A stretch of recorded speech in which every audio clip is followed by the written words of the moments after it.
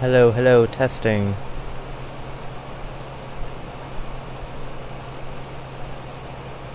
Hello, hello, testing.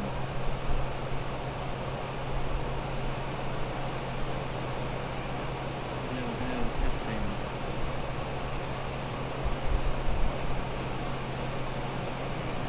Hello, hello, testing.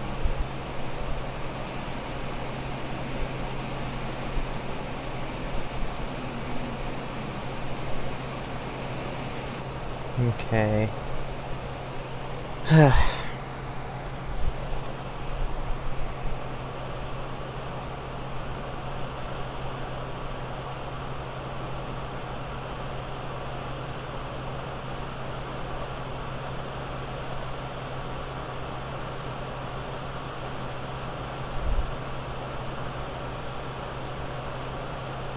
Oh, wait. Y'all can't see all of the screen. Oh, shit. Oh my god. Now y'all can. Let me see how it looks on the...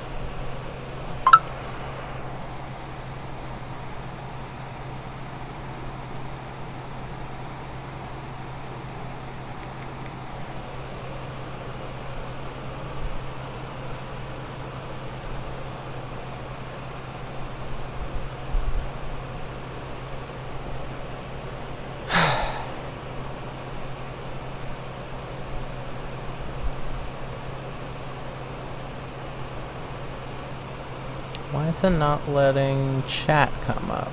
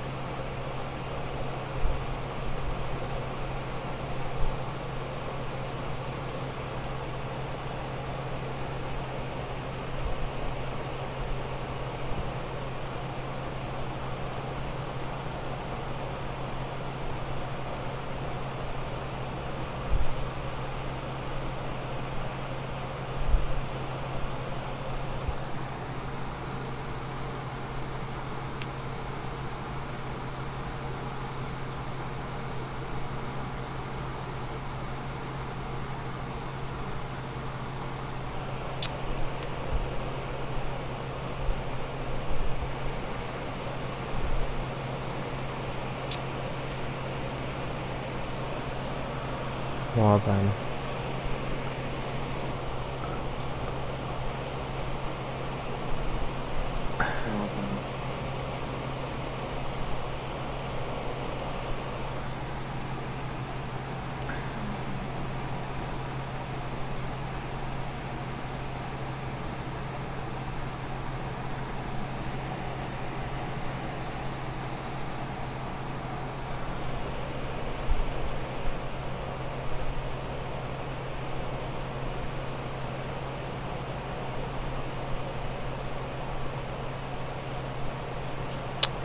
Well, I guess I'll just go ahead and do this. So, I know there's no one here.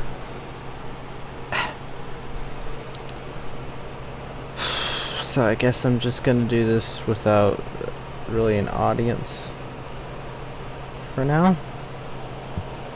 Excuse me.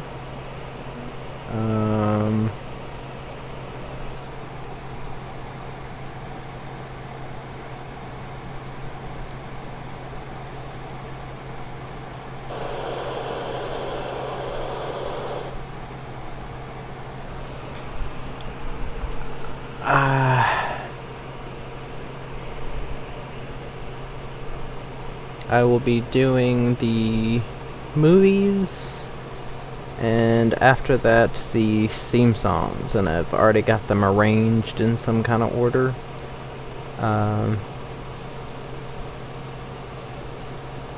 So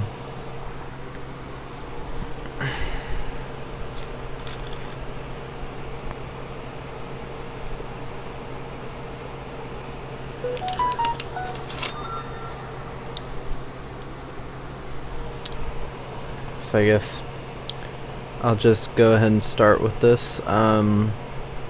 Dr. No.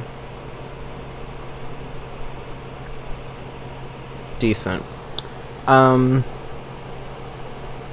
No is a film that, yes, I understand the significance of it. I understand the reasons people consider it like, you know, like a classic Bond film. It is a classic because it is the first. I'm not like shitting on the film or anything. I'm just saying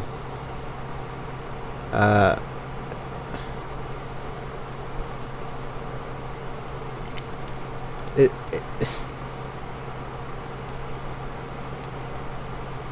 sorry, I'm losing myself here. I'm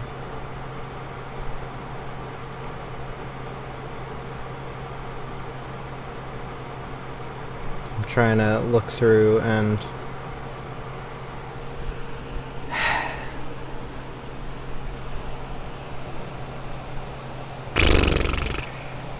I'm sorry I'm so disorganized.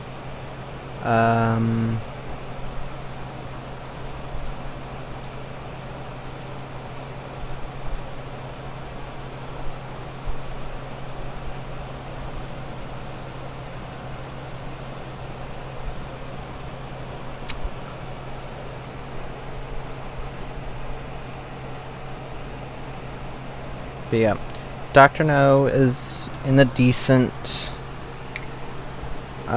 My reasoning is that there are definitely better Bond films after this. Many of my favorites are after this. This is nowhere near one of my favorites. There's... I'll try to do this my best from memory. There's a lot of really bad editing. Scenes where it'll be right before someone gets shot or something and they hard cut. Like, there's just a hard cut right there, and it's very noticeable. And I understand back in the day, it was harder to edit films, and this type of editing is in a lot of the Bond films of this time. And I find it just a bit lazy, and other movies of the time don't really do that. Terrence Young, as a director, I think he has made better films than this in the series. I think both of his other films are definitely way better. But this film definitely feels more close to the types of spy films that Michael Caine was in, like The Ipcress File, Funeral in Berlin.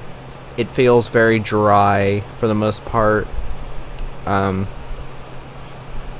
to think of characters. Quarrel's fine. He's a alright character. I don't love him as much as a lot of people do. To be completely honest, I don't really like Honey Rider that much. She's pretty, yes. Ursula Andress is very pretty. But I don't see why she's considered one of the best Bond girls. I understand she's the first Bond girl, whatever. But her backstory is very forced. It's like, oh, you had to force in the whole, like, sexual assault thing, and it just feels very, you know, like, it feels very meh. It feels kind of like you just shoved this in for this character to have a backstory. I understand classic film and all, but I can't give it a pass just because of that. The action is fine. For the time, it's pretty decently actiony, but I think the next movie fixes that, and that was only a year later. Has way better action set pieces. But yeah, for now, like, yeah, Dr. No has to go here because it's decent. It's not a bad movie. It's just if I were to, like, pick up and watch a Bond movie randomly, it wouldn't be Dr. No, because they're just the next movie fixes so many issues I had with it. And yeah, From Russia with Love is definitely going up here. Because, like, you had the Bond girl of the last film doesn't of Doctor No. The Bond girl, and I forgot to talk about the villain. Doctor No, in Doctor No, he's very Joseph Wiseman's okay, I guess. It's just not much to the character, and the end of his character is very boring. Like, not much happens in that scene, and other than some really good set design, I can't really think of much more that was good about Dr. No as a character. But From Russia with Love, immediately is so much better than Dr. No for me. Because, sorry, I hit my mic. Well, first of all, Sean Connery seems more comfortable in the role. In the first film, he seems very kind of... It feels like... Excuse me. His first time in the role, it does feel like that for me. I think a lot of improvements were made with this and Goldfinger with his performances. I have my own gripes with Goldfinger, but From Russia with Love, the whole plot, the villains, I like, what's her frickin' name? Trying to think of her name.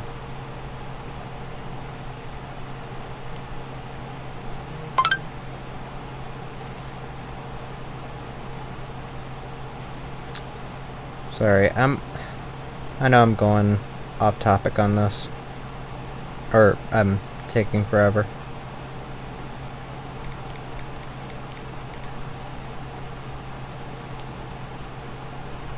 Lade Lenya. No. Rosa Klebb. Rosa Klebb is a very good... She's a good villain. I liked the whole, like, she's fearful of Spectre kind of thing, and she's so fast to, like, blame others for her mistakes. I liked the fact that... I usually just don't care when it's like, oh, shoved in sexuality stuff, but the character being lesbian or bisexual or whatever is actually interesting in this, because she uses it the way they use it is menacing, and I liked that it didn't feel like, oh, we have to make the bisexual person the hero or else it's homophobic or something like that. And I'm tired of hearing about homophobia when pretty much all of homophobia talk is not homophobia. It's just somebody didn't like something with a gay person in it, so therefore they're homophobic. I hate that shit. But in this film it works. Robert Shaw as Red Grant, he's a good henchman. There's a good fight in the train. There's a nice, like, shootout and hide thing, which a lot of people say rips off North by Northwest, and I think it's just so much better done than that scene in North by Northwest with Cary Grant running away from the plane. The really huge explosions they set off in the quarry with Walter Gottell's character, who's like a Spectre soldier or something, but he's like got all these other soldiers that are listening to him. Pretty cool scene.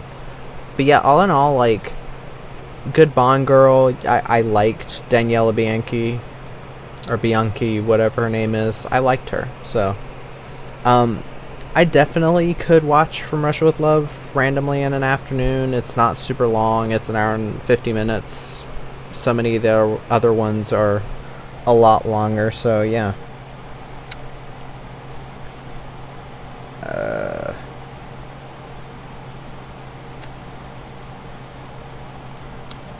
Goldfinger. Okay. So people are gonna be mad. I already know. Some people are going to be questioning me. And that's fine. I'm perfectly fine with being questioned. I'm not a huge fan of Goldfinger. The things that I think were improved in From Russia with Love, most of them it was a step back in Goldfinger for me. The pacing of From Russia with Love is so much better than Goldfinger. Goldfinger, I think for the first 50 minutes of Goldfinger, it is a really good Bond film. It's like an 8 out of 10 Bond film. But the last hour of the film, or at least the next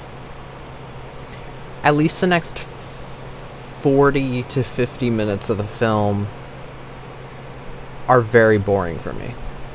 And I know that there are some people who think, oh, well, they're setting up the villain's plan for later, and that's what makes this villain so much more interesting. I don't hate Goldfinger as a villain. I don't think Gert Frobe played him badly. I don't think he's a bad villain. My issue stems from the film being very, just like I said, boring. I feel like if you had spread out what happened in the first half into the second half in any way, it would have definitely improved some things. Again, Sean Connery does a great job in the role, but the random tangents this film makes, even in the first half with Tilly Masterson and her sister, the sister dying and then the other sister dying trying to get revenge, and there's just no development to either of the characters to make me care about the revenge. It just feels very hollow with how they've portrayed it. It's just very... I just wish they did more with it. I do. I'm sorry, I'm just checking the stream, seeing if it's still running. No one's chatting! Why is no one chatting? Whatever. But yeah, I just could never get into Goldfinger. I always thought that the music, I don't like the music. The dun dun dun dun dun dun dun dun dun dun dun. I don't like that. I don't like the whole bombastic thing that John Barry does for a lot of his scores. I think that the one-off composers for the films have been way better than John Barry, like Michael Kamen in License to Kill, Bill Conti in For Your Eyes Only. We'll get to worse scores later on, but yeah, I've just never been big on Goldfinger. I like Oddjob as a character. He's not on screen enough. I think he's a lot more interesting than Goldfinger. So I keep readjusting. It is really hot in here, but yeah.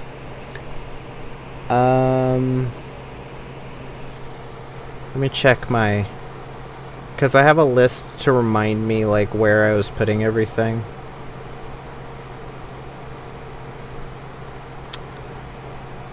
To see what order I had everything in. But yeah. Thunderball... oh, yep, Goldfinger. The end to the Goldfinger character is annoying because it's just like there's nothing to it. Yeah. Thunderball goes to the very good. I think Thunderball is a big triumph in video quality and sound due to it being the first in widescreen, the first of the films in widescreen aspect ratio. The fight scenes are a lot more brutal, fisticut. The fight scenes are very nice to watch. The fight scene in the beginning with Bond versus the General, and the underwater scenes that a lot of people seem to not care for. I really do like the underwater scenes quite a bit.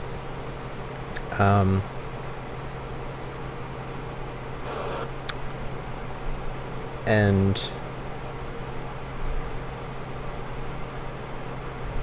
sorry, I was just checking. I do like the underwater scenes. I know there are some people who think that they're slow, sluggish. I kind of think that's the point, and I do like that that's the big, like, end of the movie action scene, because the end of the movie action scene in Goldfinger just felt so meh, and this one is the first one to really have, like, blood and stuff, and it's not just because of the blood. This feels more like a battle than Goldfinger, where it just felt like people were shooting off blanks and falling dead. And while there are a lot of movies in this series that do that, I still wish there were but was a bit more to that. But Yeah, I really like Thunderball. The villain plot about the kept woman thing actually works here. Um, what's her face? I can't think of her name. I can't think of anybody's name.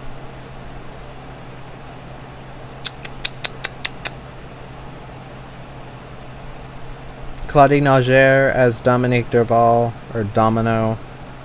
I did really like her. The villain played by Adolfo Celli, he worked very well. The only thing I can really say bad about this film is that Bond feels Sean Connery definitely feels like he's getting a bit up there with, he seemed not up there in age or anything, but he doesn't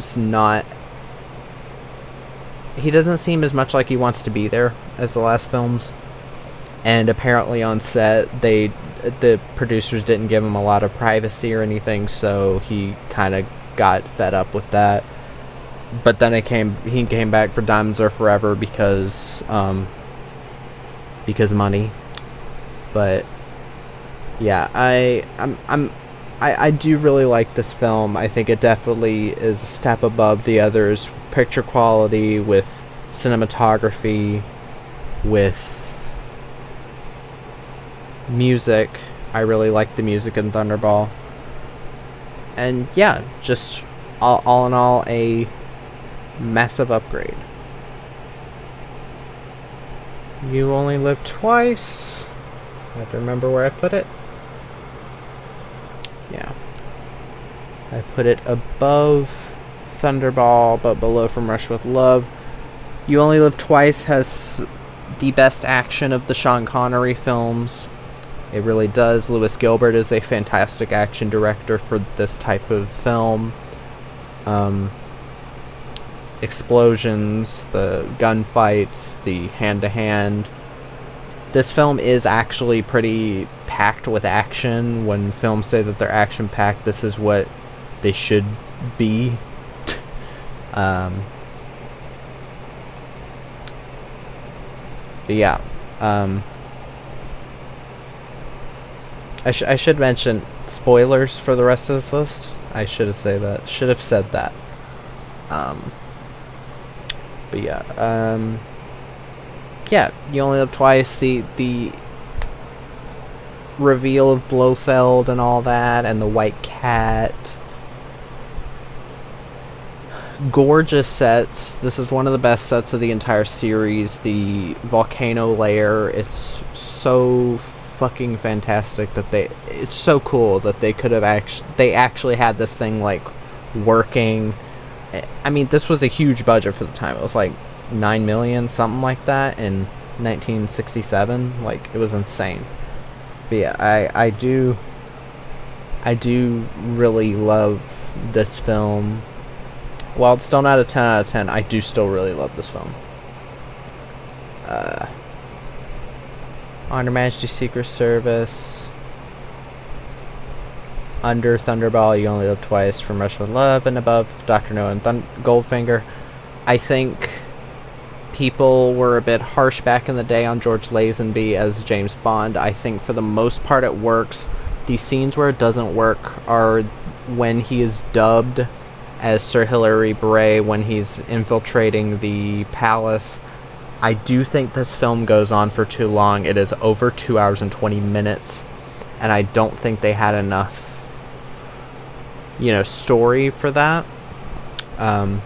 It feels very that they needed to cut something out because you didn't need all the scenes of them being like, oh, we're from the Red Cross, we're delivering stuff, that's why we have to fly over Piz Gloria and all that. Other than that, this is the only time in the series that I bought James Bond falling in love. I buy him falling for Princess Teresa de Vincenzo. I buy George Lazenby and Diana Rigg's chemistry. I think that it's a quite beautiful love story, and it did make me cry this time watching the final scene and the lines that they said. I loved it.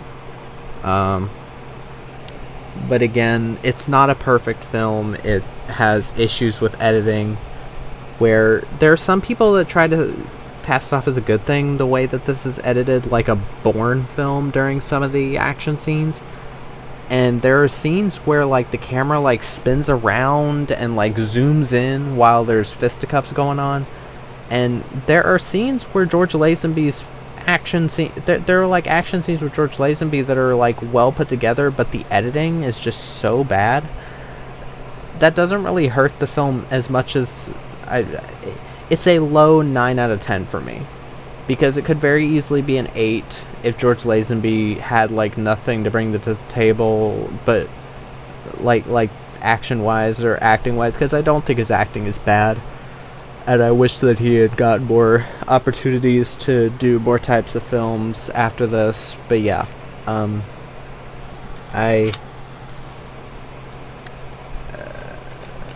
think he's still alive.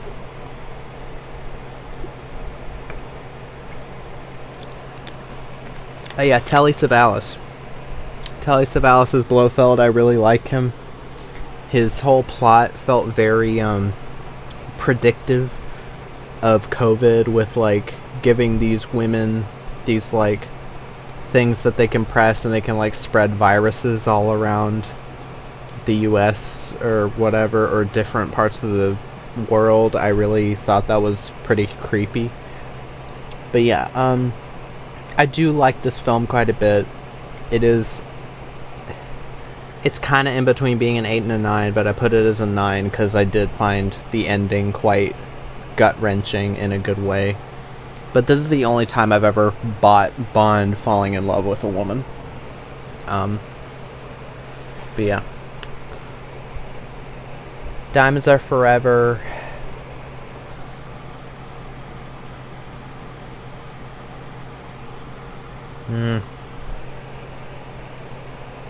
I know. I put Diamonds Are Forever above Dr. No. I understand. But listen. I really like Jill St. John as Tiffany Case. I really do. I think she is very funny. I think the best way to describe this film is a James Bond comedy, but an official James Bond comedy. Unlike the, like, the Silencers or Armand Flint or Austin Powers, which are, like, parody films. Excuse me. I think this is as close to a parody as you can get without without being a straight up parody. Oh my lord. I'm having issues. Sean Connery is definitely, I forgot to mention, in You Only Live Twice, I think Sean Connery is terrible in the role, really. He feels like he doesn't want to be there at all. The scenes with Moneypenny, the chemistry is just all gone. There's nothing left. And here, Moneypenny's barely in this, which she's not in most of them really that much. I know I haven't really talked about Moneypenny or M that much, but in this film, the scene between him and Moneypenny is a lot better, and there's a scene where it's insinuated that Moneypenny, like, knocked a guy out or something and stole his passport and gave it to James. So I don't know if that's what they were going for, but it seems like it. But yeah, this film, Bond and Tiffany Case, I actually do like them together. I like that Tiffany is not so much, like, super smart. She's more street smart. She's, like, hood smart. That's what it is. And I actually liked that. She wasn't just a bumbling idiot or anything. But there were scenes that I did actually find funny. There's the bit where Bond gives her the submachine gun. He's like, shoot at them. And then she shoots and then falls off of the villain base and goes, ah. I really liked that. I think she played the role. She understood what the role was. It wasn't supposed to be like it was kind of a damsel in distress thing, but I don't mind that as long as it's well done. But yeah,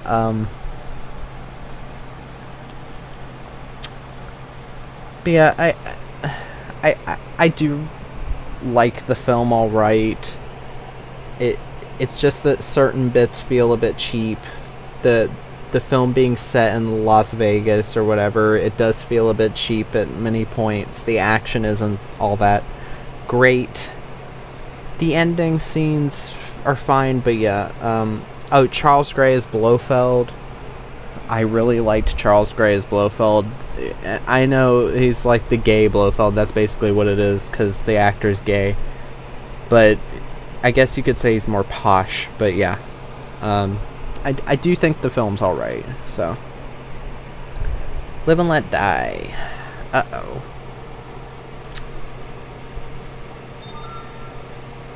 Yeah, that'll work. I do like Live and Let Die. I think people need to stop calling it racist, because it's not at all. It's not in the slightest bit racist. Saying that it's racist makes absolutely no sense, given that this is a film giving paying jobs to a lot of black actors who wouldn't have jobs otherwise in big budget films. I bet you right now that there are many interviews with the cast of this film. Yaphet Kotto, Gloria Hendry, Jeffrey Holder, and all of the other black casts that said, oh, we were happy to be in a movie. So calling it racist is not a point at all. With that said, I think this is an alright introduction to Roger Moore. I think we'll get to the best introduction to a new actor playing Bond later, but Roger Moore is my favorite James Bond, next to Pierce Brosnan, next to Sean Connery, and then Timothy Dalton, then Lazenby, then Daniel Craig. Yes, Daniel Craig is my very least favorite James Bond. Deal with it. But yeah, I like Roger Moore a lot. I love him in the role. I do. Sorry, I'm having brain fart. Roger Moore does a good job in this film. He feels very suave, he's very good looking in the role. He would stay that way up until A View to a Kill, and I'll get to that. But the film itself, yes, it's a bit of a like going back to basics after how expensive some of the earlier ones got. And that doesn't really hurt it that much. The action is well done. Guy Hamilton definitely improved on his action. I kind of wish this film wasn't shot in basically like a TV format. I think it was shot in 4:3, which is what Guy Hamilton did with his Bond films, which it kind of ruins the picture quality a bit. But still, it's you could still watch it. But yeah, I liked Yaphet Kotto as the villain. I thought Jane Seymour, for a Bond girl that's so many people's like in their top 10, I really didn't see it.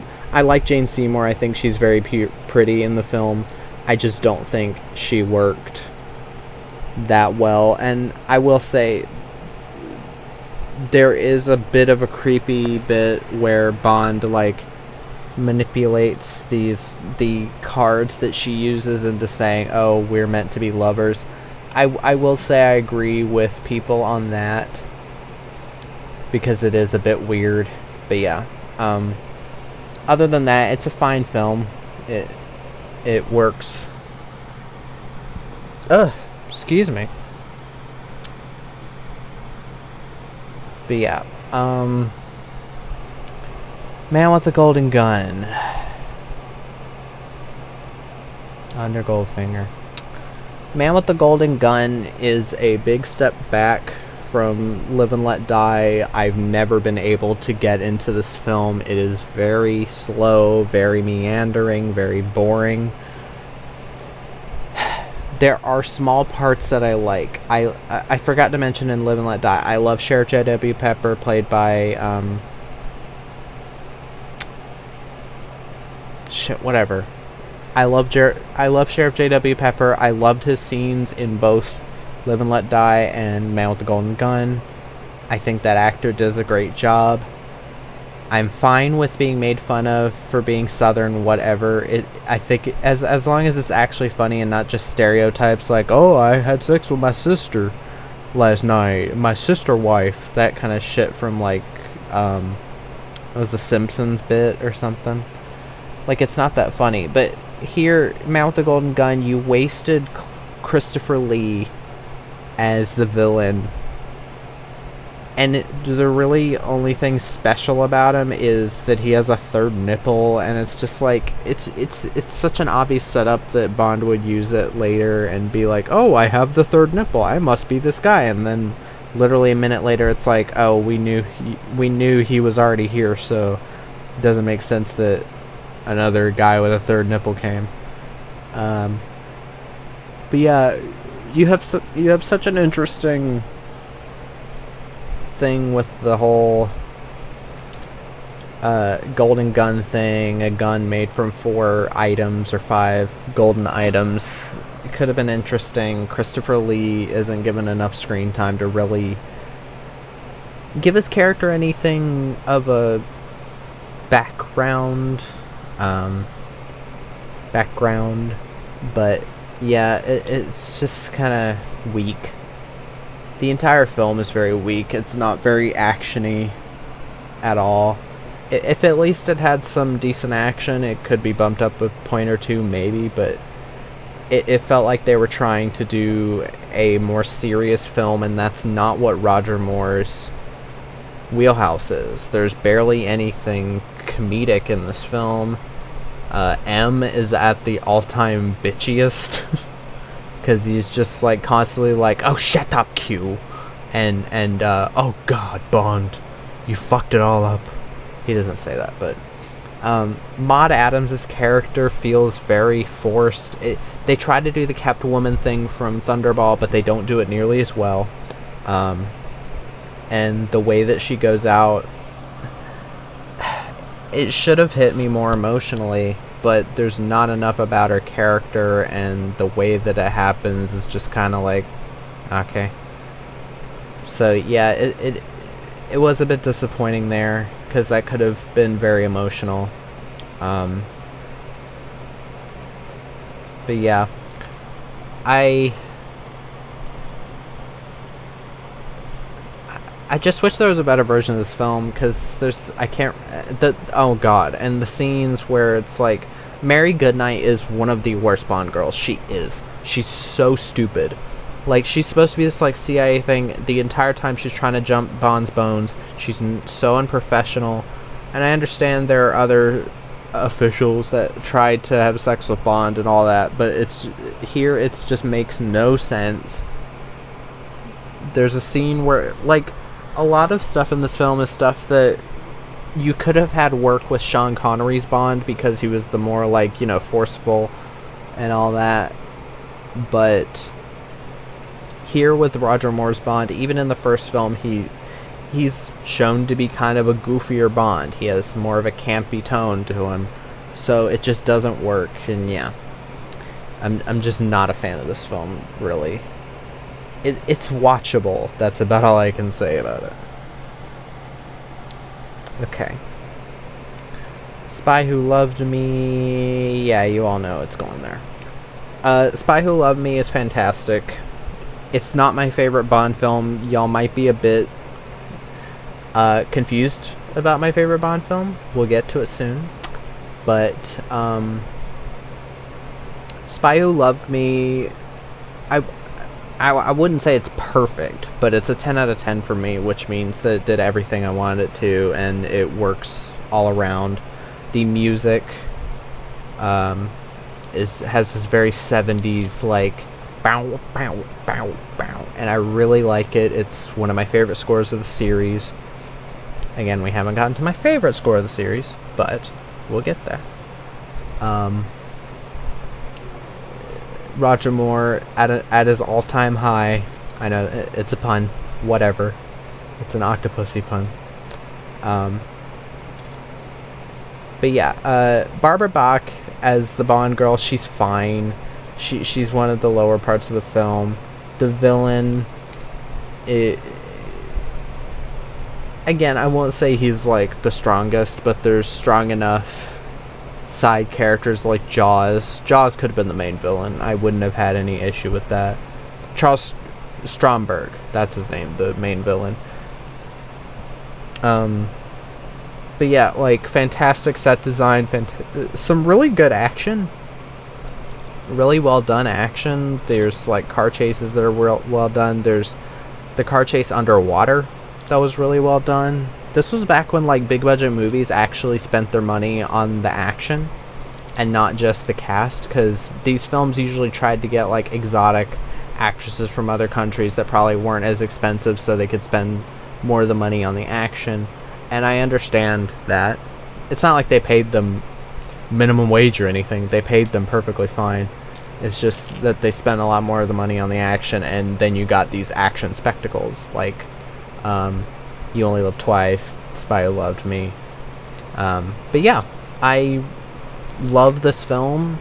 I understand its place in many people's lists, and yeah, I have always really liked the film.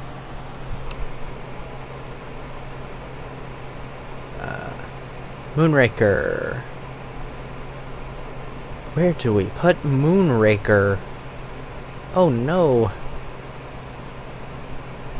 I don't hate this film. I don't. I like it. It's dumb. It's fun. It has moments where it goes on a bit too long. I do think that a lot of these films don't need to be over 2 hours. Definitely for the later films. I will get to that.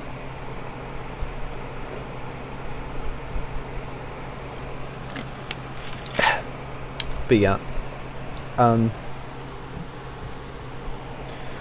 Moonraker, you got Lois Chiles as the Bond girl. I do like her. I like the kind of tougher Bond girl thing here. I like the villain played by Michael Lonsdale, Hugo Drax. Fantastic set design later in the film on the moon base. This is one of the most expensive Bond films in the series up to this point. I think it was the most expensive, and that's why the next film had to kind of tone it down. But yeah, there are issues. There are certain characters that are a bit underdeveloped, and the scenes where they get dispatched of aren't exactly the most rewarding, or like aren't the most earned. Corinne Clary's character is like that. It's like, oh, you get basically 1 or 2 scenes with her, and then she's out of the movie, and I was kind of like, really? Like, it's not even that they didn't even give us enough to say enough about her to like make her an enjoyable character. So I kind of wish they did more with that. But yeah, score was good. Very throwback to other sci-fi type of films. Many references to sci-fi films in it. But yeah, it's decent. It works.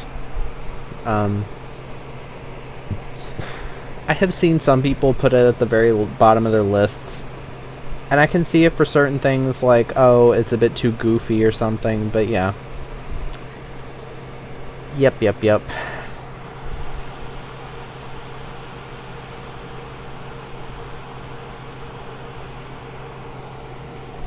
Okay. For Your Eyes Only.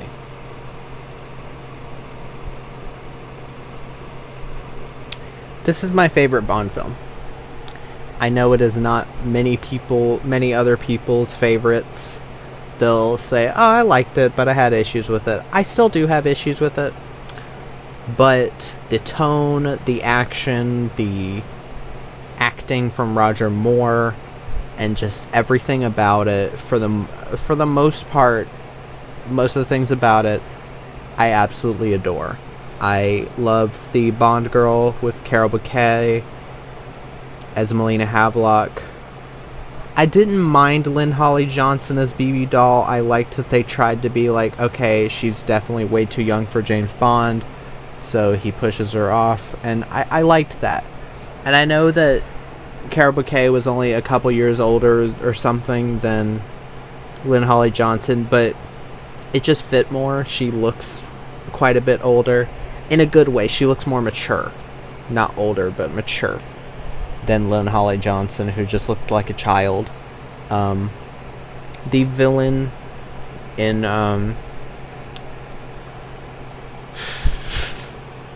that's my favorite, and then I can't think of the damn villain's name.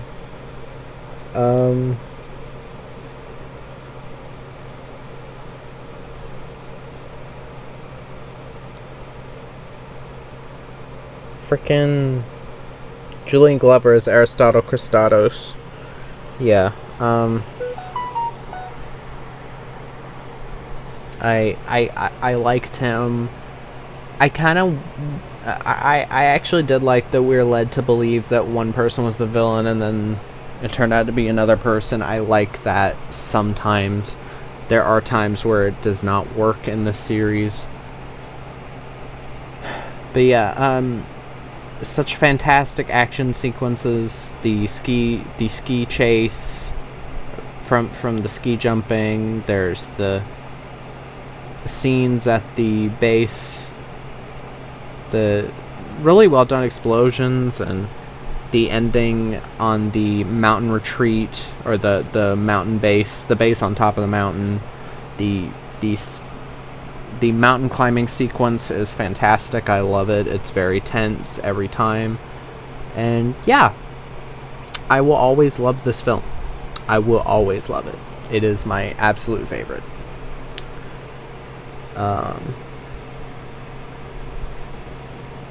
Octopussy. Gotta go back to my list.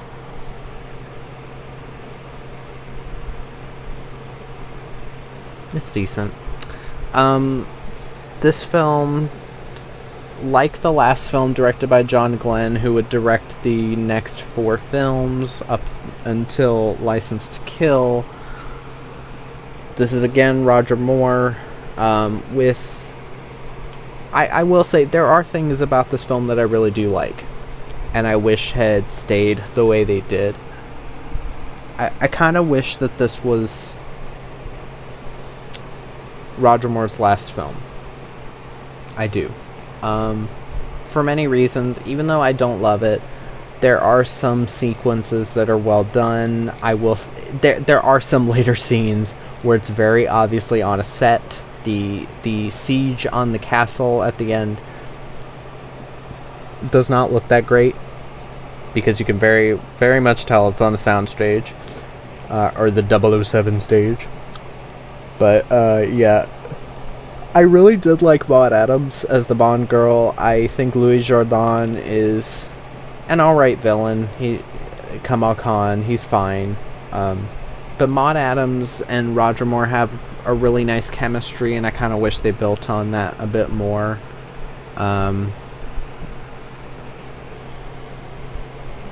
The action's fine for the most part. I think the film shows its hand a bit too early, when the first scene of the film is the best action scene of the entire thing.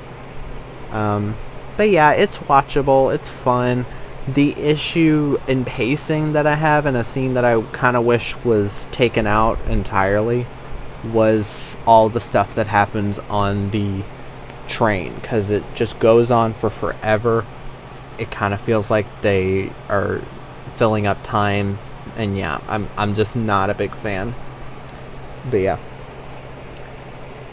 View to a Kill.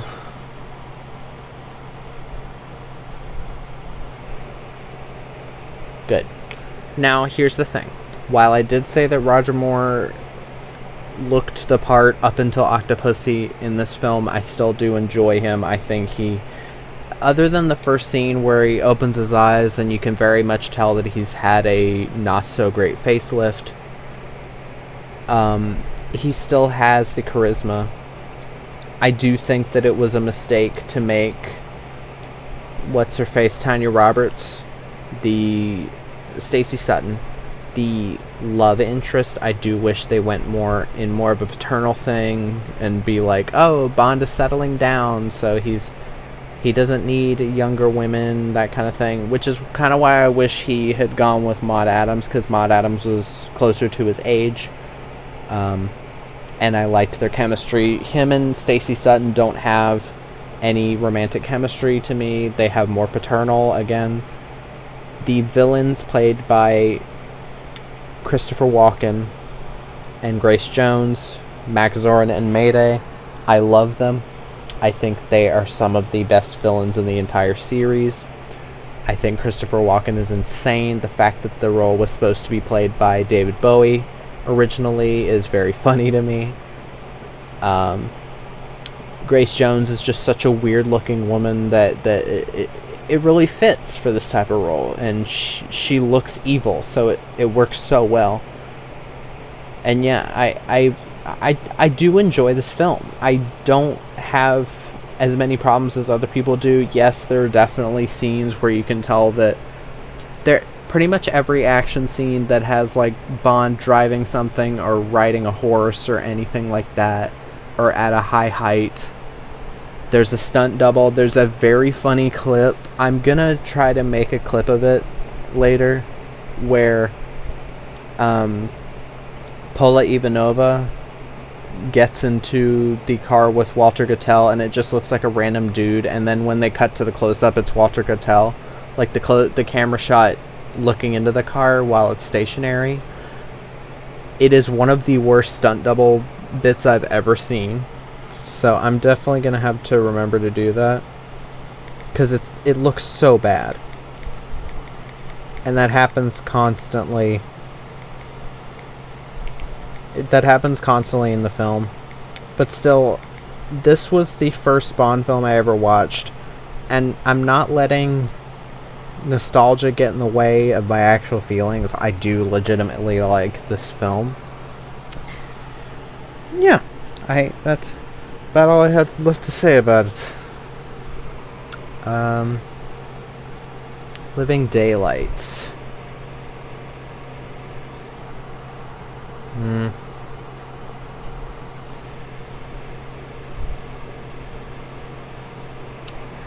This is another film that I think I've changed quite a bit on. I've never been the biggest fan of Timothy Dalton's first Bond film. I think that License to Kill improves on a lot of things from this film. In this film, you've got the Bond girl, Cara Mallovi, played by Mariam Diabo, who I'm not the biggest fan of, because I'm just not a fan of her. The villain... Here's the thing, it's hard to tell. It's one of those films that it's hard to tell who's the main villain and who's the side villain. Because you have Jodan Baker, who's not in the film that much, but I like him as this character. I just wish he got more screen time to flesh it out before the final battle. And then you've got Joran Krabbe as the main villain, who's like the boyfriend of Cara Mallovi's character. But again, he's not given a ton of screen time, so I don't really know. It's hard to tell who's the main villain in the film. So I don't know. But yeah, Cara Mallovi's very boring. The villains are either underdeveloped or underdeveloped and interesting, or just not interesting. Joran Krabbe's plot is very meh. The action is not badly done. It's well done. But here's the issue. The film has long stretches where none of that happens. This is another thing that I think is comparable to my thoughts on Goldfinger. In Goldfinger, you have a pretty great first 50 minutes. And then the rest of the film, up until the climax, is kind of meh. With this film, I think the first 45 minutes up until the end of the cello sequence where they're sliding past the border with in the cello case. Up until then, I was having fun. Quite a bit of fun. And I liked this kind of darker take on the character. And I think if you're going to do a darker take on the character, you either do it like For Your Eyes Only did it, or License to Kill did it. But after that 45 minutes or whatever, after the border sequence, it slows down so much. And in the second half, the whole thing with the like not terrorist group, the like jihadi group, not, what was it? I can't remember. But with the Israeli people, the Israeli group, just goes on for forever, and I get the feeling they're trying to make a political statement of some type. I don't know much about it, so I can't really comment, but it just kind of went on for forever. Even the scene after that is fun, but still, like, the way that this ends is very meh, and yeah. I just think there are way better ways to have done this type of plot. Or the film in general. But yeah. License to Kill.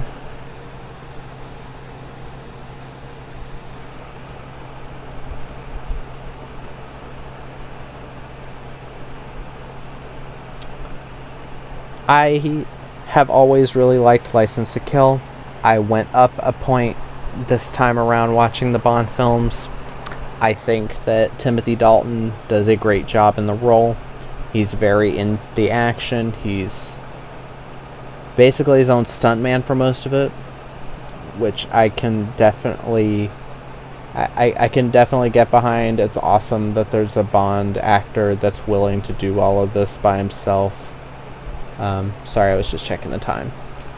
And yeah, I've always thought that he was very suave, very entertaining in the role. This is definitely a more somber Bond film in tone, but it knows when is the right time to have a bit of fun.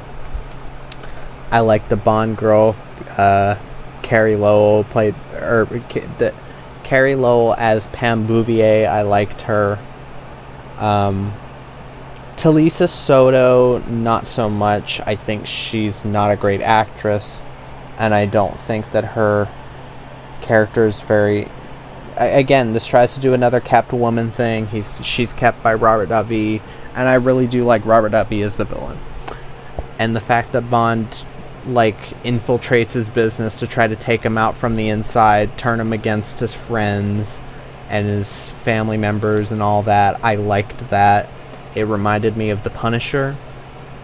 The Punisher 2004, which is one of my favorite films of all time. And yeah, some pretty awesome action. This film is a lot better paced. It might be a little longer, but it's a lot better paced. I liked the side characters. Sharky, I wish he was in the film more. I really did like him. And yeah, all around, it's just everything you'd want in a good action movie. On its own as an action movie, it's well done. It's a well done revenge story. It works, and yeah, I like it so much more than Living Daylights. GoldenEye.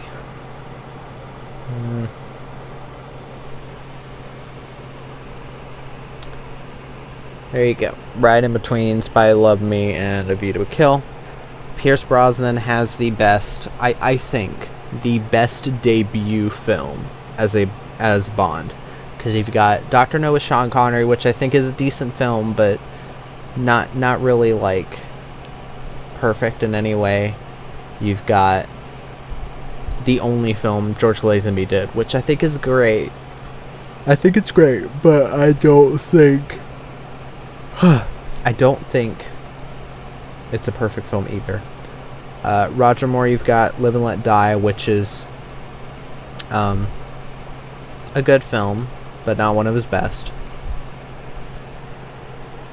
You've got Dalton with Living Daylights, excuse me. Bleh. I'm tired. And you've got well, this one, GoldenEye, with Pierce Brosnan, and you've got Casino Royale, which I'll get to that, but I don't think it's one of the best.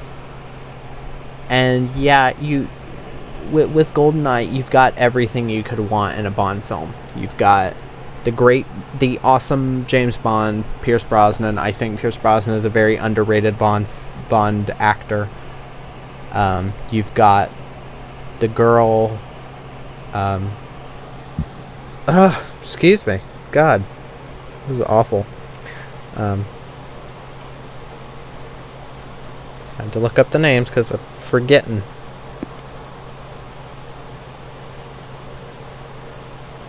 Isabel Scorupco as Natalia Fyodorovna. You've got the villain played by Sean Bean, and he plays such a great villain. You've got Famke Janssen as Xenia Onatopp, such a great henchman, and yeah, you've got everything you'd want. There's some awesome action. There's the tank through the city part. And yeah, there's some CGI at places, but it's not noticeable. It's very, very great CGI. There's a couple explosions or something, or fighter aircraft that's CGI, which looks really good. And the fact that this movie's from 1995 and it has better CGI than most films nowadays pisses me off. I keep hitting my mic. But yeah, I love this film. I love the score. And I don't mind the Experience of Love by Eric Serra, which is the end credits song so many people tend to shit on. I don't really understand the hate for it. He's not as bad as people say. I like his soundtrack a lot. Even the song that plays when Bond is racing against Xenia, where it's I even like that. But yeah, I've just always fucking loved this movie. I do. It's so cool. I'm so close to loving it as much as For Your Eyes Only. And while I did say that I had found some flaws in For Your Eyes Only, and I would say another flaw with For Your Eyes Only is the whole revenge thing, the way they come at that. When later in the series it's okay for Bond to get revenge. I do still I'm so close to loving GoldenEye just as much as For Your Eyes Only. Yeah, Tomorrow Never Dies.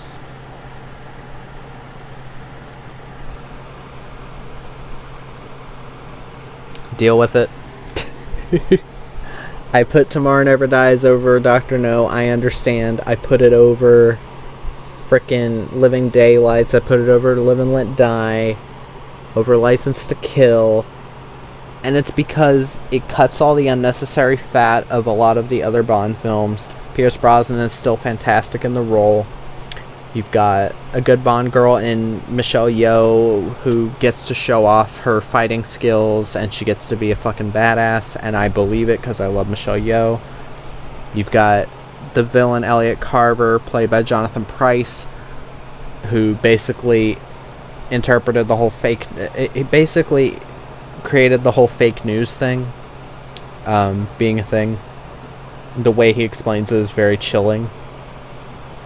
Terry Hatcher as a former flame of Bond. If I can say anything, I've heard other people say this. I wish this was another Bond girl. I wish Terry Hatcher wasn't. Even though I do like Terry Hatcher and I think she works in this role, I think it would have had a lot more weight if someone like Barbara Bach came back, or if someone from an older Bond movie came back to play this character. Because it would have had a bit more of emotional weight, like Bond reigniting this flame just for her to be taken out. And yeah, I think that would have made it a bit better. But there's some great action. Roger Spottiswoode is a very capable action director. This was Gerard Butler's first role, and I didn't even catch him. I was looking for him, and this is his first on-screen role. I didn't see him. Maybe his scene was cut out or something. But yeah, great action, great score, great story. And yeah, it's an all-around fun action movie. It's under 2 hours, perfect length. And yeah, I do think that Pierce Brosnan, his first 3 films are really good. And then we come to The World Is Not Enough, which put right below Tomorrow Never Dies. Yes, I know there are a lot of people that hate this film. I understand that is the thing. There are a lot of people that hate this film. You are allowed to. I just don't agree with you. That's how it is. I just don't agree with you. It is perfectly fine for you to hate this film. Now I'm going to tell you why I love it. Or am very close to loving it. I think Pierce Brosnan again gives a great performance. Electra King is a very good main Bond girl. Denise Richards is another. She's fine. I don't mind her. There's some awesome action in this film. That's one of the big draws of the film is Michael Apted's action direction. I do think he has directed other. There was another film with Noomi Rapace. There was an action film called Unlocked that had a pretty good cast. I'd say this is better than Unlocked, but still, Unlocked was fun.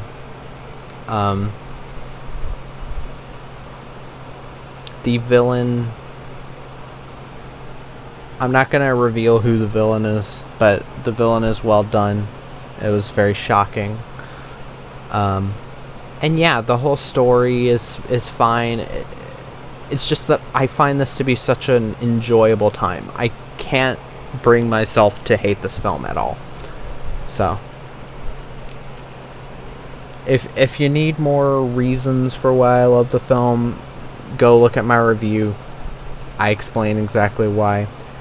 But I will get to one thing. Judi Dench as M. I like her for the most part, but I'm going to explain some issues I have with her.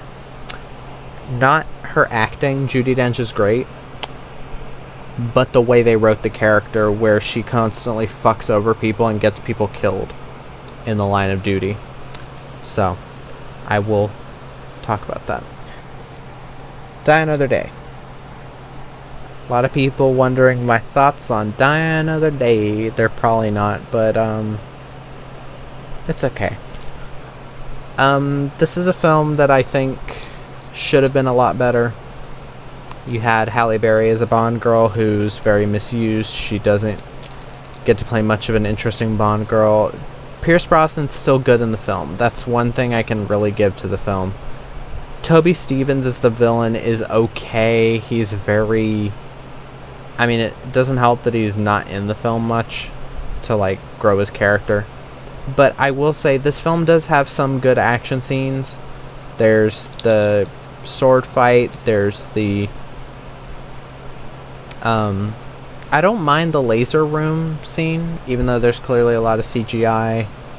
There's a lot of explosions near the end that are well done.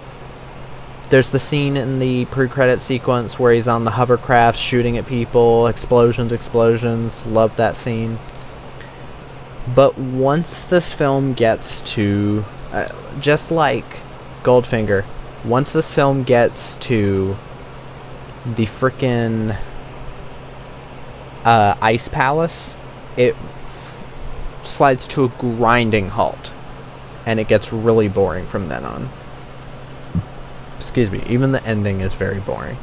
So, yeah, I'm not the biggest on Die Another Day. I can understand some people thinking it's the worst in the series. We have yet to get to the worst in the series, and I know people are going to have a heart attack when I talk about what I think are the worst in the series. And I'm going to say heavy spoilers for these next 5. But yeah. Casino Royale. Again, yeah, I think Die Another Day is okay, but it does get really slow.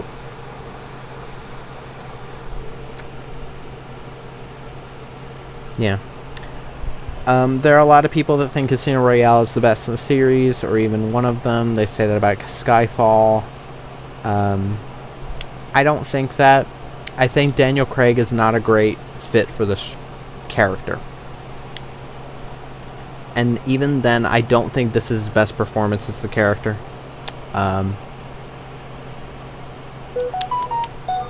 Shut up! Sorry. Notifications. But yeah, this film, again, it's over 2 hours and 20 minutes long. It does not need to be. I think Casino Royale is very overrated, but that doesn't mean I think it's bad. It's not bad.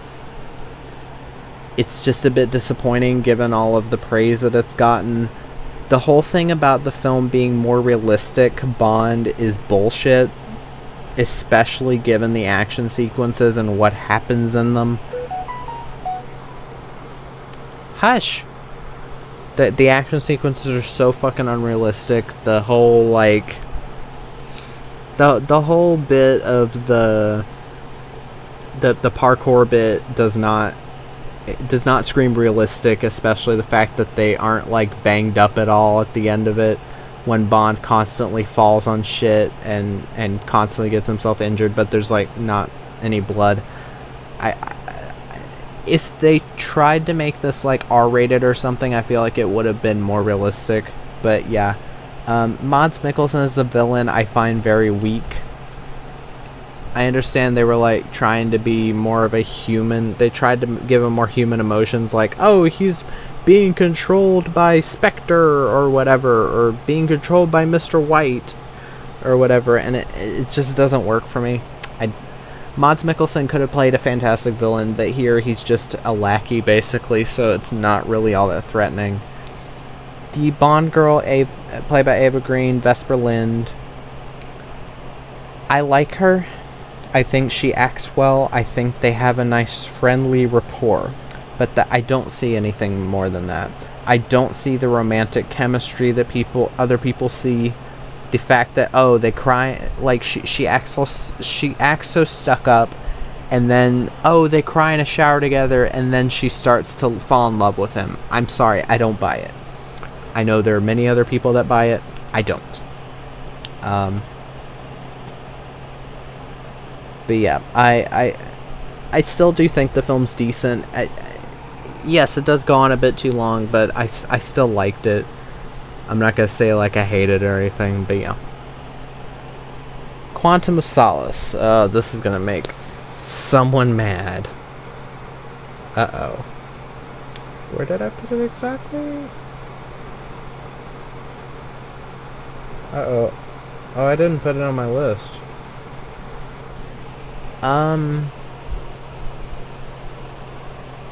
Well.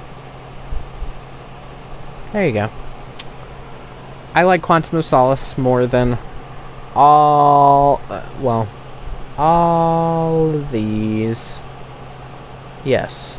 I think Quantum of Solace is a great continuation of Casino Royale. I understand a lot of people have issues with it because of the writer's strike that happened at the time, and they say, oh, and hearing about Daniel Craig and Mark Forster having to rewrite the script themselves. I understand that, but I feel like with Mark Forster's type of filmmaking, where he's very character driven, they made the film more character driven, and a lot of the choices that they made filmmaking wise work for this film. A lot of people don't like the kind of shaky cam style because they're like, oh yeah, the Bond films in the Craig era are ripping off the Bourne films, at least in the beginning. And I don't exactly agree with that. I think they have a point, but the action scenes here are meant to I've heard someone saying, oh, it's meant to reflect Bond's mental state, and I can understand that. I do like the action scenes in Quantum of Solace way more than in Casino Royale. If anything, they feel a lot more down to earth, even though there's a lot of ridiculous shit in it. But yeah, Olga Kurylenko I liked more as a Bond girl. I liked that she had her own mission. She wasn't just like there to be a moderator or something. Like frickin' Vesper Lynd was. She like Olga Kurylenko's character had more of a thing to do. And yeah, I think Daniel Craig's a lot stronger in this film, because it seems that he's actually like showing more of his emotions than in Casino Royale, because he's just an emotionless husk in that. And yeah, I really like what Mark Forster did here, and I know a lot of people aren't fans of it. They think it's one of the worst. I don't think that. Skyfall.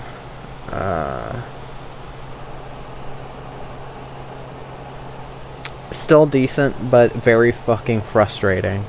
Skyfall is frustrating.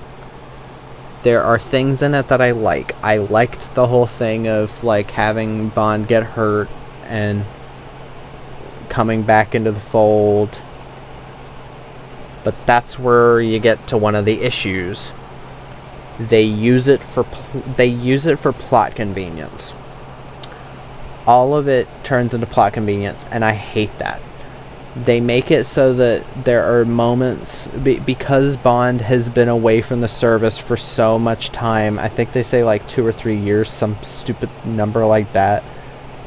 And then the MI6 building gets blown up or something, hit in a terrorist attack.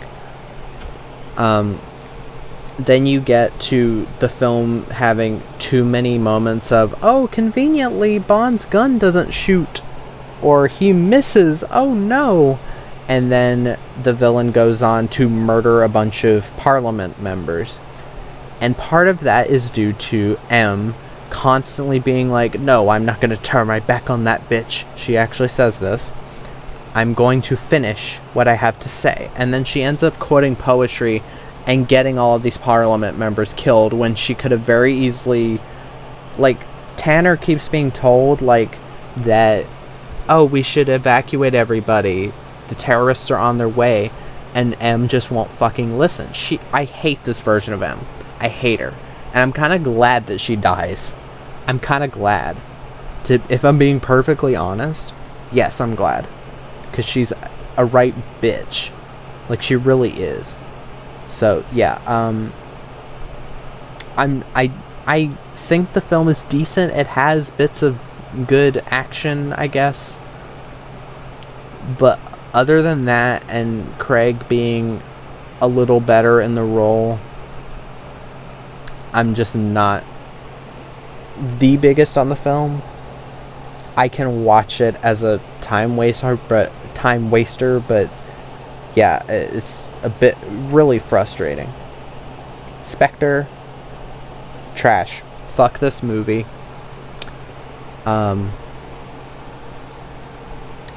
Fuck Spectre. Fuck what it did to the series, tying all of Craig's films together and making all the villains be connected to Spectre.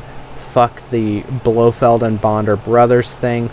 Fuck Madeline Snow, who is supposed to be Bond's next true love, because they've tried to do this before once with Daniel Craig and it didn't work for me, and now they're trying to do it with Léa Seydoux.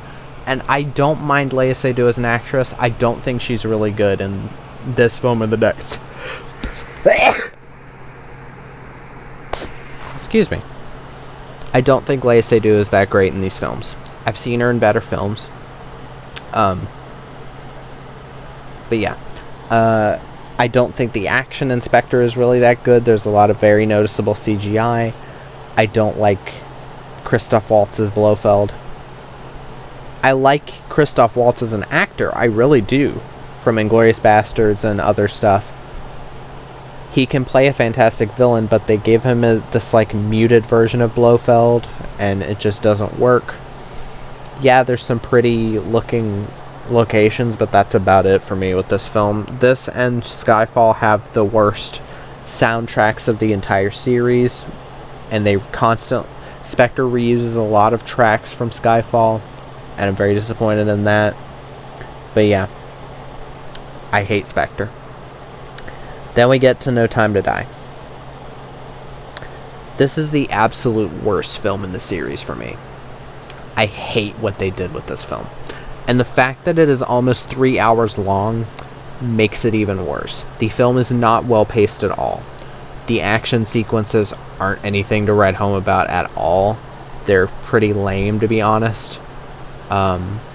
This film does what people shit on Die Another Day for doing, which was, oh, we did a send-up to a last movie. We have the car with the machine guns. Woo, aren't you happy? We showed you something you remembered. And yeah, I hated it. I didn't buy Léa Seydoux and him falling in love at all at the end of the last movie, and I don't think this film went any further to developing them. The amount of established characters this film kills off with no fucking reason. They kill off Felix Leiter. They kill off Blofeld off screen. And they kill off James Bond in the dumbest way possible, when there was a solution that he could have tried. But they just don't, because the film wants everyone in the theaters to cry. Because they're fucking lazy. They don't know what to do with the series. They're fucking lazy assholes. And maybe Barbara Broccoli shouldn't have anything to do with the next Bond film. Because she constantly said, oh, we're not killing off Bond. Oh, we're not killing off Bond. Oh, we're not killing off Bond. Bond will never be gay. Bond will never be a woman. That kind of thing. And now she goes back on her claims and she's like, oh, maybe Bond could be a woman. Maybe Lashana Lynch could take over.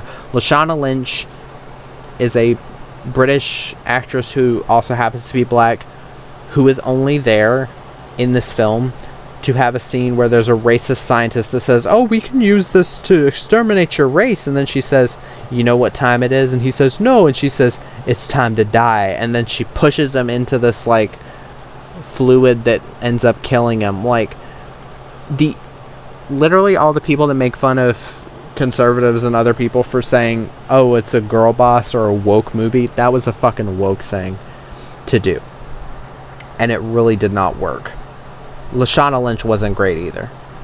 Ana de Armas, her character seemed kind of interesting, and apparently she was a Phoebe Waller-Bridge edition, where she acts all stupid and bubbly and all that, and then she gets all this kung fu shit to do. I don't know if I buy Ana de Armas doing the kung fu and shit, and I really don't know if I'm ready to see her as in the John Wick spinoff Ballerina. She was okay, though, but this is the most lively I've seen Daniel Craig in any of these films. And I don't know if it's specifically because of Phoebe Waller-Bridge. Phoebe Waller-Bridge did rewrites on this film, and there are idiots like Chris Stuckman on the internet who... Yeah, I called Chris Stuckman an idiot. But, who were like, people are mad that Phoebe Waller-Bridge had something to do with the writing of this film, and I can only assume it's because she's a woman. No, it's because she's a horrible writer and does this whole like, oh, I'm a fanboy, oh, Bond, I can't believe I just got to meet you, oh my god. And then he turns out to be a villain, and you got Ana de Armas being like, oh my god, you're late. And then later she's like, oh, I'm a badass. It's the worst kind of writing possible. Phoebe Waller-Bridge is a hack. And it's not because she's a woman. It's because she's a hack. She's a shitty writer. But yeah, No Time to Die, with all of the disrespect it throws towards these characters, it just disgusts me to even talk about it. Yeah, when I reviewed this, I think I gave it a 3. I was being nice there. But yeah, this is my list. And on to this music. So these are the themes for these video games.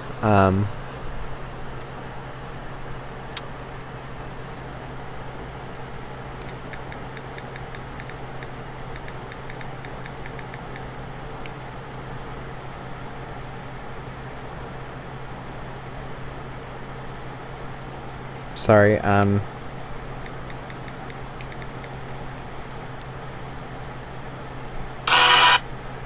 sorry about that. So, I'm just gonna go through these kind of quick, because you see how long it's been. Yeah, I'm gonna go through these kind of quick. It doesn't seem like there's anybody in the chat or anything.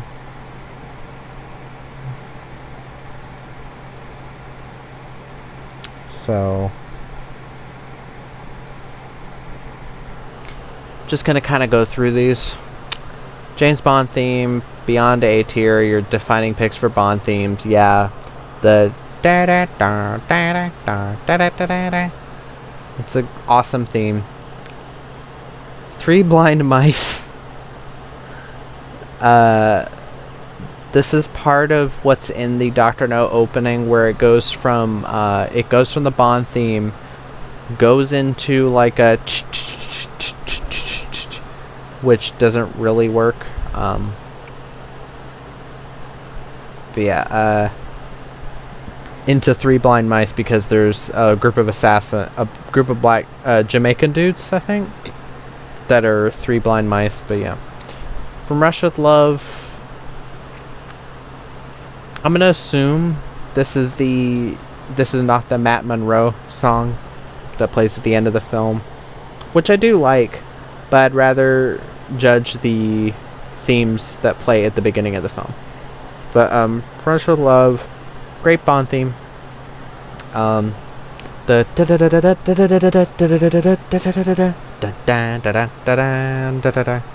I do really like that. Goldfinger by Shirley Bassey. I love Goldfinger. Goldfinger, he's the man with the Midas touch, a spider's touch. I do like it. Thunderball by Tom Jones. It's solid. It works for the film. Thunderball. Mr. Kiss Kiss Bang Bang. This is the Rejected theme. Maybe I'll do a more comprehensive list as just as a YouTube video with like the rejected themes, or themes that weren't used. But it's still solid. That one right there, they're showing someone named Glenda Granger. It was Shirley Bassey and Dionne Warwick who were originally going to be it. You Only Live Twice by Nancy Sinatra. It's a great theme. You only live twice, or so it seems. Yeah, I like it. Sucks what happened to the woman that was supposed to do the theme, but yeah. On Her Majesty's Secret Service, it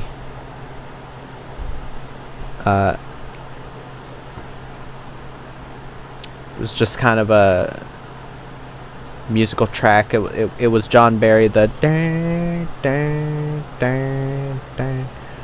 I really like it. We Have All the Time in the World.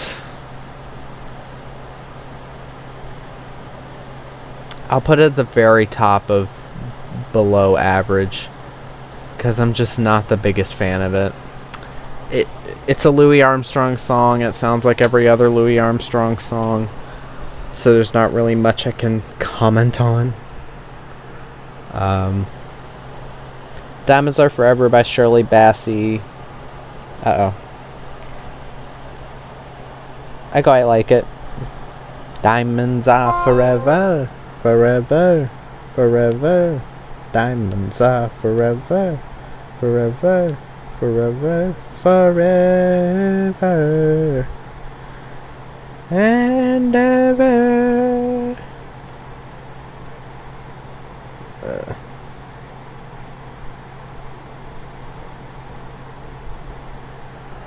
Yeah.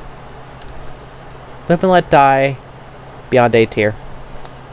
To live and let die. Mailed the Golden Gun. Yeah, I don't care what anybody says. Spy Who Loved Me,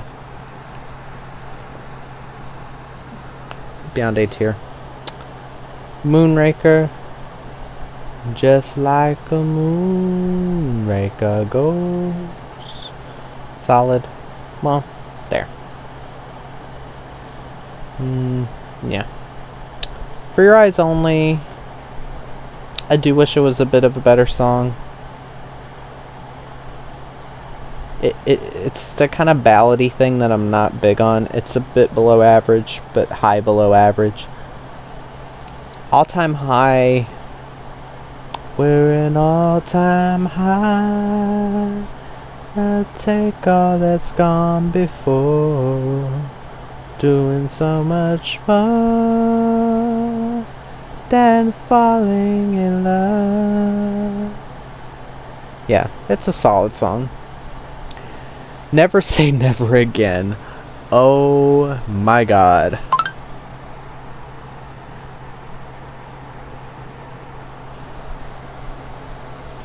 It sucks. Never, never say never again. Never, never say never again. I think she was like the wife of the director or one of the producers, and they were like, oh, let's have her on it. This is Never Say Never Again. The movie is the unofficial Bond film that sucks. Just because Kevin McClory was like, oh, I own Blofeld, so I can do my own Bond movie. View to a Kill. Meeting you with a view to a kill. Dun, dun, dun, dun, dun, dun, dun. Face to faces, different places. Feel the kill. So I don't know what this Devil May Care or Casino Royale. This is from the '67 Casino Royale spoof movie. I don't even know that song, so I didn't want to do it. But and Devil May Care, I don't. Apparently, that's what one of the. There was like an article that I looked up that said that was gonna be what the movie After Skyfall was gonna be based on, and I don't know what that's talking about. Living Daylights. The living daylights. Da da da da da. It's above Man with the Golden Gun. License to Kill. Even though I said I don't love the ballady stuff, I really like License to Kill.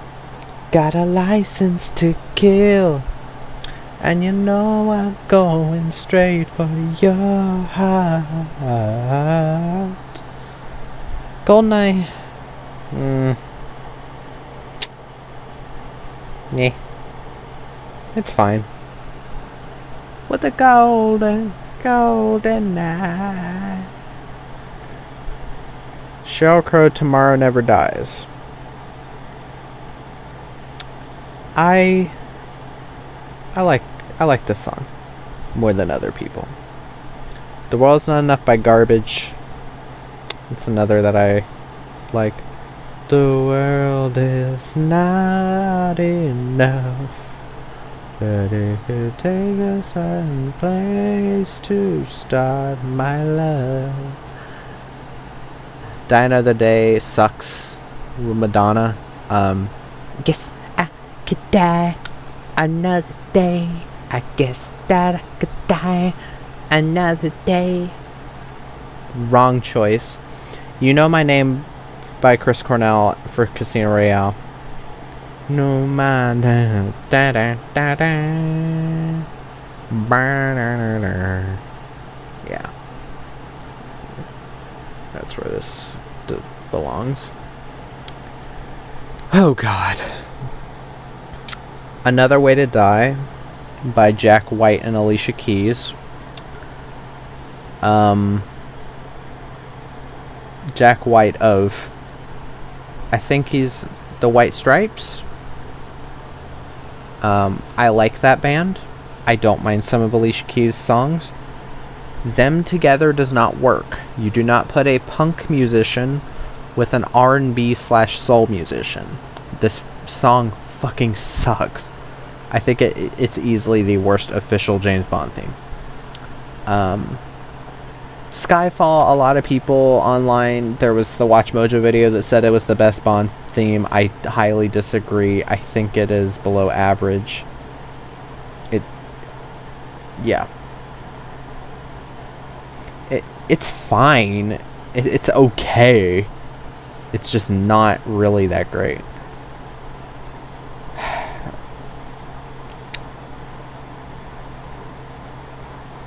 I hate The Writings on the Wall by Sam Smith. Now, this has nothing to do with my thoughts on Sam Smith as a person. I just hate this song. I hate it. So, yeah.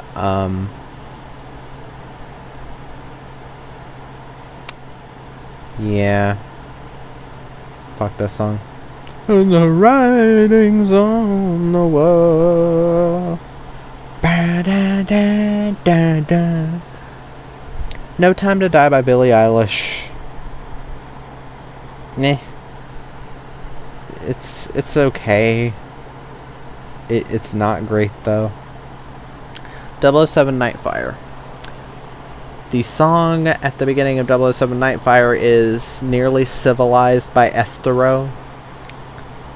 And I really like this song.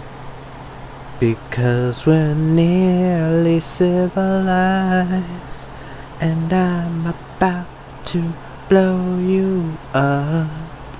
We can turn this building up, just so we can tear it down again. Yeah, I really like it.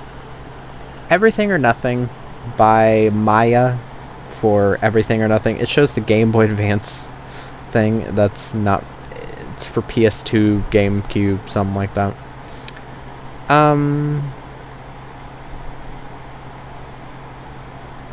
It's solid.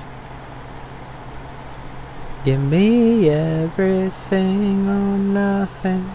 Give me everything or nothing at all. I know I sound like a crazy person just singing along to this shit. And I'll be ending the stream soon. It's only been 1 hour and 36 minutes. Wow. GoldenEye Rogue Agent. I don't remember the theme to it, so I'm gonna have to play a little bit of it.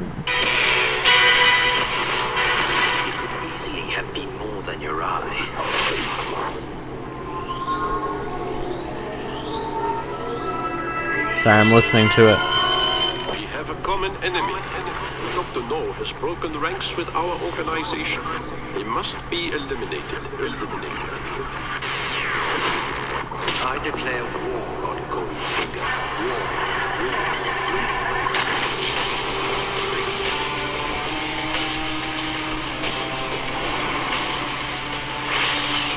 It could easily have been more than your eye.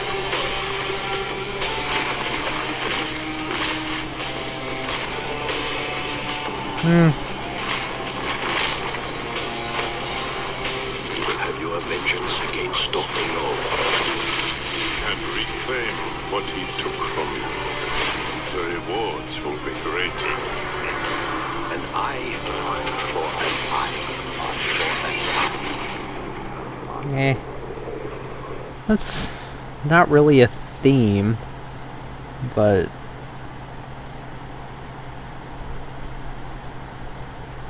still better than Skyfall and No Time to Die. Quantum of Solace was, If Nobody Loves You by Curly. Nobody loves you, then no one can save you. No one can hurt you. Yeah, it's solid. There you go. Bloodstone. That is the most recent one with a theme, really. Excuse me.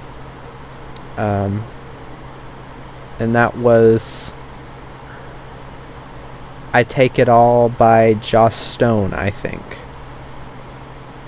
I don't care if I live or if I die.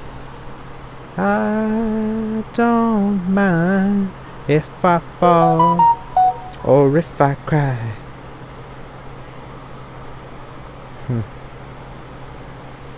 Yeah, I definitely like it more than Everything or Nothing. It feels like it could be an official James Bond theme. I don't like it as much as Nearly Civilized, though. So, put it there. It's a great theme. So, this is my ranking. Since there's nobody in chat, I'm just gonna assume no one has been viewing at all. I'm just gonna assume no one has been viewing at all. I'm just gonna assume no one. So, no. Guess no one came to see me. So, bye-bye, everybody.